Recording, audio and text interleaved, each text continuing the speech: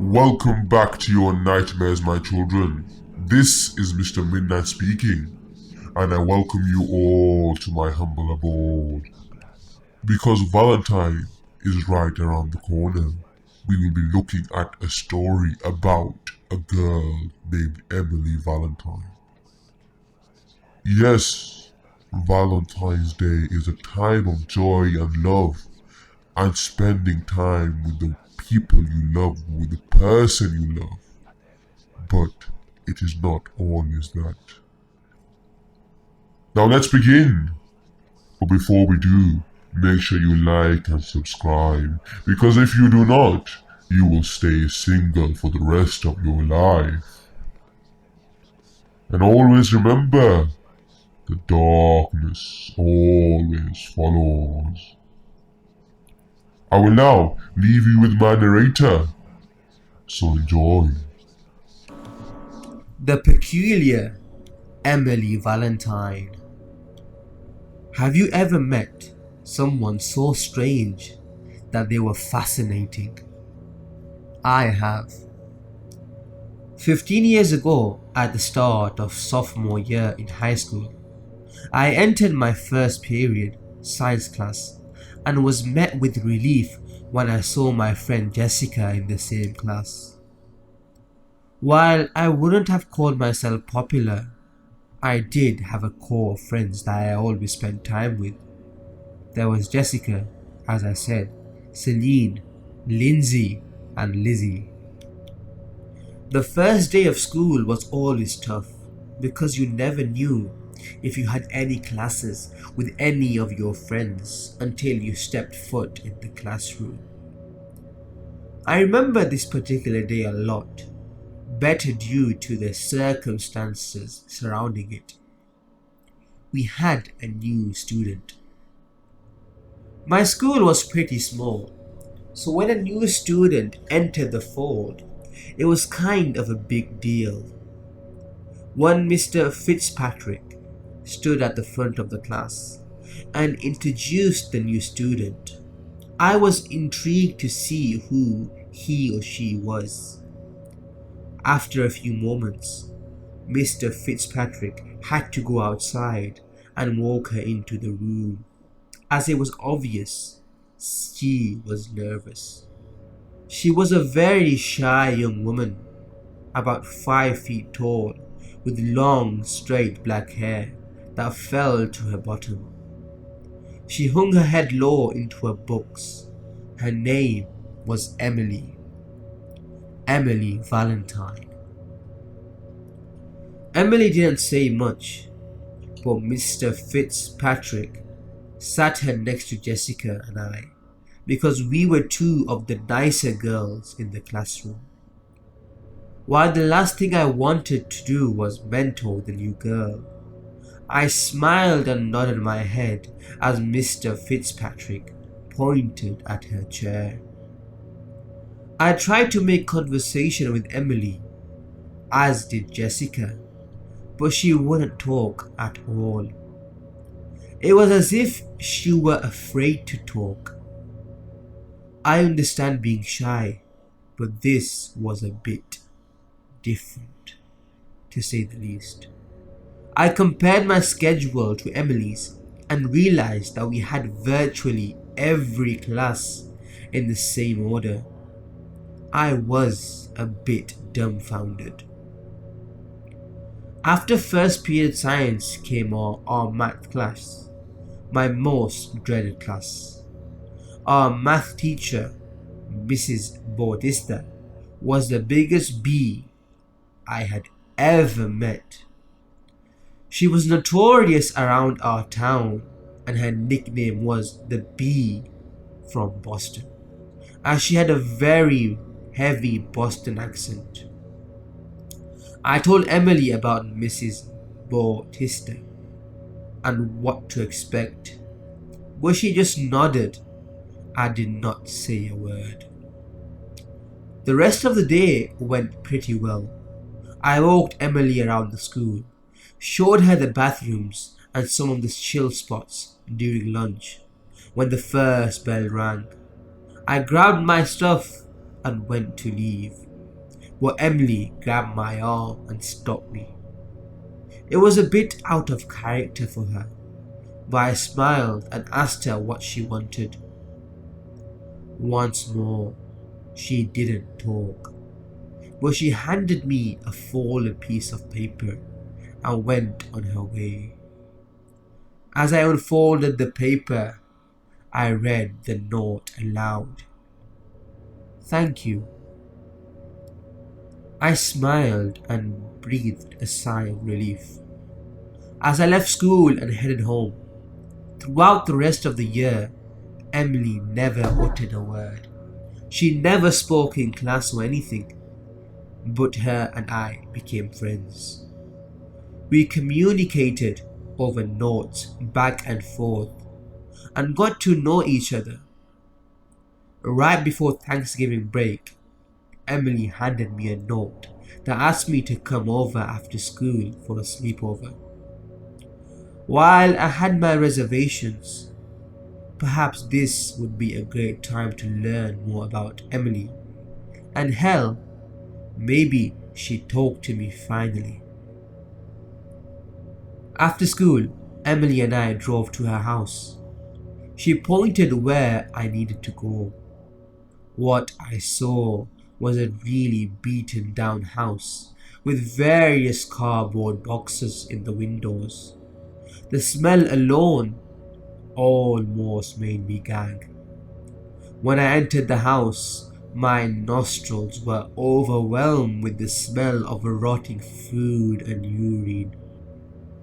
I tried my best to hold my breath and not offend Emily, but Jesus Christ, it was hard. Emily directed me to her room, but I noticed that there were no signs of anyone else in the home. No mother, father, brother, or sister to be found. As we entered Emily's room, it was cluttered with paper plates, old food, cans, and water bottles. Her bed lay on the floor, stained with mold. She pointed at a small cot to the side and nodded her head. Reluctantly, I sat on the cot and watched as Emily sat on her bed. She lay down, turned off the lights, and proceeded to lay in silence. "Are we sleeping, Emily? Surely we wouldn't be sleeping now, right?" It was barely 4 in the afternoon. As I expected, Emily did not say a word and laid on her bed, staring at the ceiling. I sat on my cot for hours, just trying to pass the time. I started to think of ways to leave without being rude, and eventually asked Emily where the bathroom was. She didn't answer, shockingly, but didn't respond physically either. She was sound asleep in the same position she was hours ago. Slowly, I stood up from my cot and quietly made my way out of her room. I should have just left and never looked back. I really should have, but curiosity got the better of me. I started to look around the house, trying to see if I could find anything in either interesting or peculiar. At the end of the messy kitchen was a door to the right that led to the basement.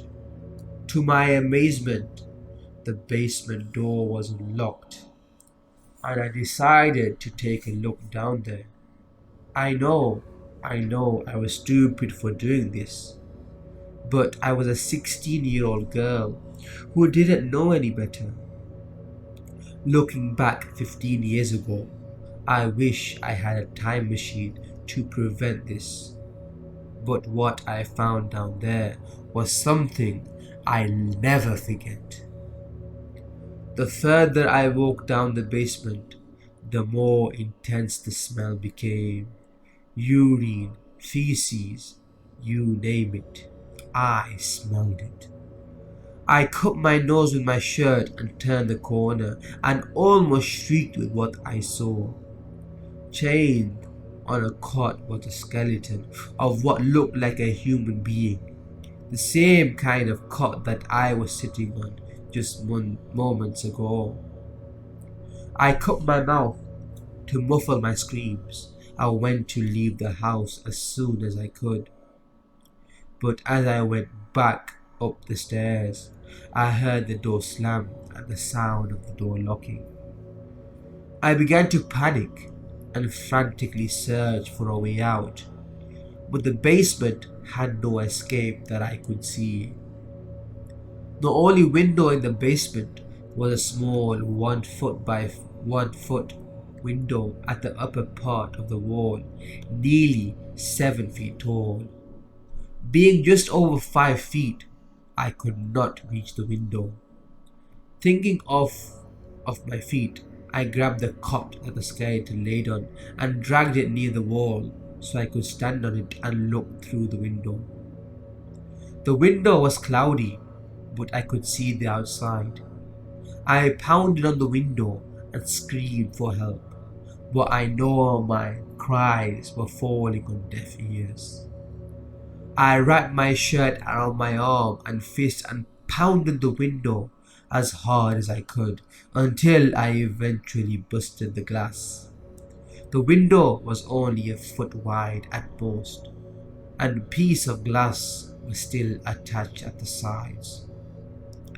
I summoned all my strength and tried to push myself through the window. The shards of glass were cutting my sides, but I powered through the pain and was able to stick my torso out of the window. Just as I was seeing freedom, I felt a cold hand grab my ankle. I began to scream for help, and to my amazement, I saw a man walking a dog across the street who saw me sticking out of the window. He rushed towards me to help, and I felt the grasp of the hand on my ankle let go. He pulled me out of the window and I collapsed on the lawn in pain. Crying uncontrollably, he grabbed his cell phone, one of those classic flip phones from the early 2000s, and called 911. I laid there completely exhausted and in pain. The man asked me what happened, but I couldn't utter a word. All I could do was cry. When the medics came to get me, they put me on a stretcher and carried me away into the back of an ambulance. I don't remember much after that. I had several cuts across my side that required stitches and staples, but nothing life-threatening. I was finally able to tell my story, the story of Emily Valentine and what happened. When the police came to question me, they informed me that the home was vacant. I couldn't believe it. Emily had disappeared.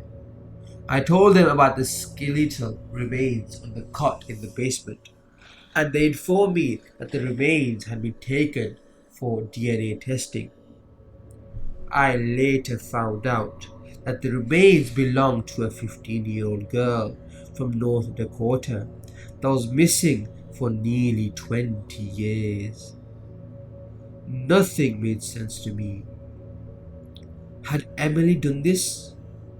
How is that possible? She was only a 16-year-old girl like me. Or was she? The police said that the home had been vacant for many years. When I asked them about Emily, they had no idea who Emily was. When I showed them a picture of her, no one matching that description had been reported missing at all. She was a ghost shadow. Before the police left my side, they did tell me one more detail, a detail that sent shivers down my spine. They had found jars of human tongues in the basement under a crawl space, nearly 20 of them.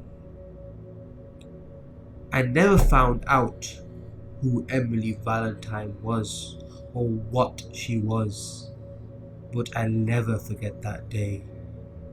I will always have the scars that remind me of what could have been. Like I said, if I had a time machine, I'd go back in time and never step in that house. Once I graduated high school, I moved away for college, met my husband, and here I am, in my 30s, recalling the scariest moment of my life. I've told no one this story other than the police and a select few people, but I wanted to share my story with you. The story of the peculiar Emily Valentine. And now I will review this story. This story was published to the No Sleep Reddit with the title The Peculiar Emily Valentine. Now, indeed, Emily Valentine was peculiar and terrifying and scary and all the rest of it, to be honest. This story was very, very well structured and I loved every second of it. It kept me intrigued and curious about why this character Emily Valentine is so peculiar and so different and weird. What do you guys think she actually was? Was she a demon? A ghost? How old is she actually? Because her victim was 20 years. She had gone 20 years ago missing before. So, actually that was not English, but her victim disappeared 20 years ago. So, she was in that basement for 20 years. So this Emily Valentine is not 15. Or is she something supernatural? It's really got me thinking, and I'm sure it's got you thinking. So write down in the comments what you think.